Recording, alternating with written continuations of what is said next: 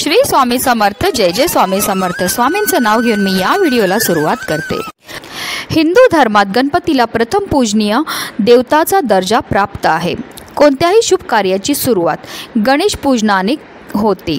धार्मिक मान्यतानुसार चतुर्थी तिथी गणपतीला समर्पित आहे. पंचांगानुसार प्रत्येक महिन्यात 2 वेळा चतुर्थी तिथी येते. यात पहिली शुक्ल पक्षात तर दुसरी चतुर्थी तिथी कृष्ण पक्षात येते. चतुर्थी तिथीला गणेश पूजनाची परंपरा आहे. श्रावण विनायक चतुर्थी गुरुवारी म्हणजे 8 ऑगस्ट रोजी साजरी होत आहे.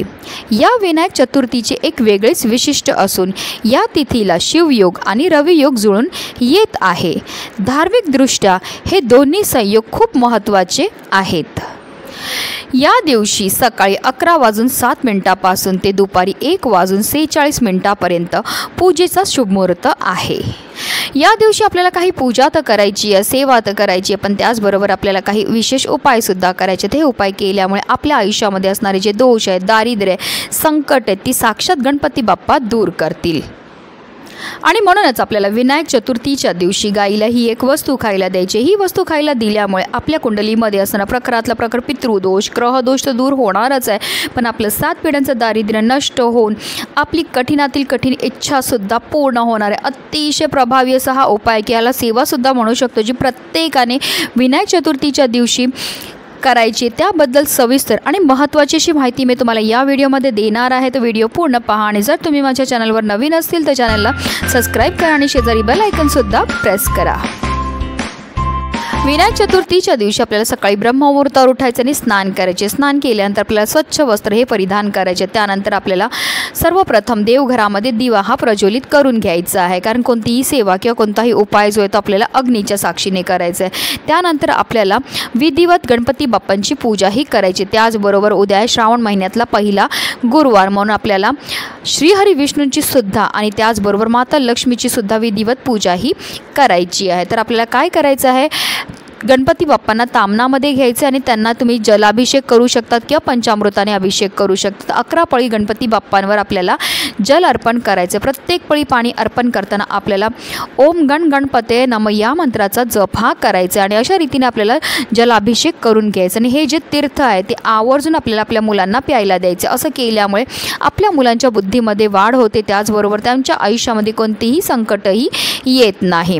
त्यानंतर आपल्याला गणपती बाप्पांना स्वच्छ पुसून पुन्हा त्यांच्या स्थानावर ठेवून द्यायचं आहे. त्यांना तुम्हाला शेंदूर लावून घ्यायचं आहे. त्याचबरोबर त्यांना तुम्हाला दुर्वा अर्पण करून घ्यायचं, जास्वंदाचं फूल अर्पण करून घ्यायचं, धूपदीप अगरबत्ती दाखवून घ्यायची आहे. त्याचबरोबर आपल्या मुलांनासुद्धा त्यांच्या हाताने गणपती बाप्पांना दुर्वा अर्पण करायला लावायचे आहेत, जास्वंदाचं फूल अर्पण करायला लावायचं आहे. आणि तुम्हाला तुमच्या मुलांकडनं 108 वेळा गणपती बाप्पांचा जो पण मंत्र तुम्हाला येतो त्याचा जप हा करून घ्यायचा. जसं की ओम गण गणपते नमः. आता तुमची मुलं लहान आहेत तर तुम्ही 1 वेळा तरी त्यांच्याकडनं ह्या मंत्राचा जप करून घ्या. त्याचबरोबर तुमची मुलं जर मोठी असतील, लिहिता वाचता येत असेल तर त्यांच्याकडनं तुम्हाला गणपती अथर्व शीर्षमचं पठण करून द्यायचं आहे. आता मुलं लहान आहेत तर तुम्ही म्हणा त्यांनी श्रवण केलं तरीही चालणार आहे. तर ह्या छोट्या छोट्या सेवा आहेत ज्या तुम्हाला सकाळीच देवपूजा करताना करून घ्यायच्या आहेत. श्रावण महिन्यामध्ये येणाऱ्या या विनायक चतुर्थीला दुर्वा गणपती व्रत हे केलं जातं. या दिवशी दुर्वांना अनन्यसाधारण असं महत्त्व आहे. त्याचबरोबर ही विनायक चतुर्थी आली आहे गुरुवारी आणि गुरुवार हा श्रीहरी विष्णू आणि माता लक्ष्मीच्या पूजनाला विशेष महत्त्व हे दिलं जातं.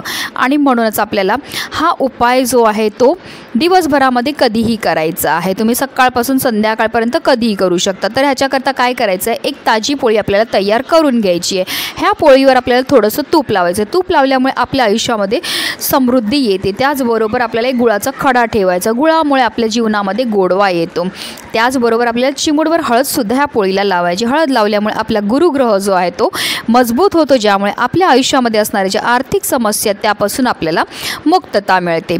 त्याचबरोबर आपल्याला ह्यावर 21 दुर्वांची जुडी ही ठेवायची, कारण विनायक चतुर्थीच्या दिवशी दुर्वांना अनन्यसाधारण असं महत्त्व। अशी ही पोळी आपल्याला एका प्लेटमध्ये ठेवायची आणि काही वेळाकरता आपल्या देवघरामध्ये असणाऱ्या गणपती बाप्पांसमोर आपल्याला ही प्लेट ठेवायची। त्यानंतर ती प्लेट आपल्याला थोड्या वेळाने तिकडनं उचलायची आणि आपल्याला जायचं आहे गाईजवळ। आता गाय जर तुमच्या घरी असेल तर ही गोसेवा तुम्ही घरच्या घरी करू शकतात किंवा एखाद्या गोठ्यात जाऊ शकतात, गोशालेमध्ये जाऊ शकतात किंवा वाटेत कुठेही तुम्हाला गाय ही भेटणार आहे। गाईजवळ जाताना तुम्हाला एक तांब्यामध्ये पाणी, त्याचबरोबर आरतीचं ताट आणि ही पोळी घेऊन जायचं आहे। सर्वप्रथम तुम्हाला गाईच्या दोन्ही पायावर जल हे अर्पण करून घ्यायचं आहे। तिला हळद कुंकू अक्षदा अर्पण करून घ्यायची, तिची आरती करून घ्यायची आहे आणि त्यानंतर ही पोळी जी आपल्या दोन्ही हातामध्ये घ्यायची आहे आणि आपल्या हातातनं गाईला खायला द्यायची। असं म्हटलं जातं गाय जेव्हा आपल्या हातातनं पोळी खाते आणि तिची जीभ आपल्या हाताला लागते तर त्यामुळे आपल्या आयुष्यामध्ये असणारं जे दारिद्र्य ते दूर होण्यामध्ये मदतही मिळत असते।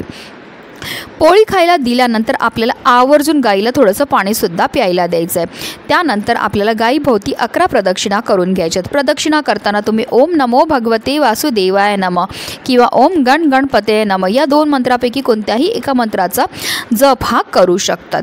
11 प्रदक्षिणा करून झाल्यानंतर आपल्याला गाईच्या पायाखालची माती उचलायची आहे आणि त्याने आपल्या कपाळावर टिळा हा लावायचा। त्याचबरोबर ही माती आपल्या घरी घेऊन यायची आहे आणि आपल्या घरच्या प्रत्येक सदस्याच्या कपाळावर ह्याने टिळा हा लावायचा आहे। कारण असं म्हटलं जातं की जो मनुष्य गाईला हाताचा स्पर्श करून प्रदक्षिणा करतो त्याला पृथ्वी प्रदक्षिणेचे व सर्व तीर्थांमध्ये स्नान केल्याचे पुण्य प्राप्त होतं। तर ही सर्व गोसेवा करून झाल्यानंतर आपल्याला हात जोडून मनोभावे गोमातेला आपल्या मनातली इच्छाही बोलायची। तुमची धन प्राप्तीची इच्छा असेल, घराबद्दल, मुलाबद्दल, पतीबद्दल ज्या पण तुमच्या इच्छा असतील त्या मनोभावे आपल्याला गोमातेला बोलायचे। कारण गाईमध्ये 33 कोटी देवी देवतांचा निवास असतो आणि गोसेवा केल्यामुळे आपल्याला मोक्षाची प्राप्ती होते, त्याचबरोबर आपल्या सर्व मनोकामनासुद्धा पूर्ण होतात।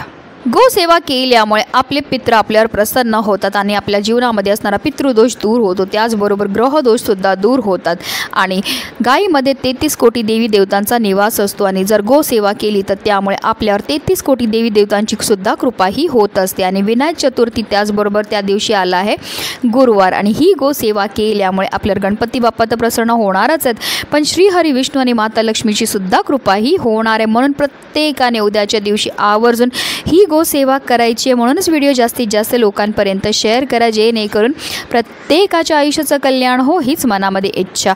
श्री स्वामी समर्थ, जय जय स्वामी समर्थ।